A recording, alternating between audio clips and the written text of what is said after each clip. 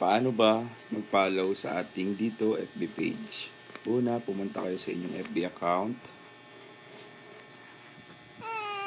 And then search niyo po dito PH, double T. Oops.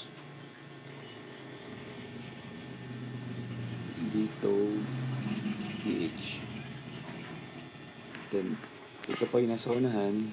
Ito yan po ang ating logo. Ang official dito PH natin. Pindutin nyo lang po yan.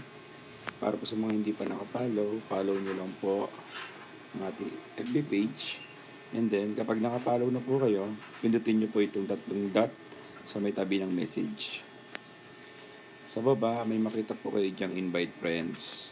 Pindutin nyo po yan. And then, select all lang po. Ako po, kaya dalawa na lang po yung friend ko dyan. Is dami account ko na po ito. Gawa ng aking original account. Is wala nang makitang friends kasi nakailang invites na ako. Kaya sa inyo po, automatic lalabas po lahat ng friends nyo dyan. Select all nyo lang po yan. Tapos, send invites. Tapos, may invites sent. Kayong makita dyan. Screenshot nyo lang po yan. Tapos, yan po ang ipapasa sa ating comment section sa room ni Boss Blue tuwing may parapol po siya. Ganyan lang po kadali. Salamat.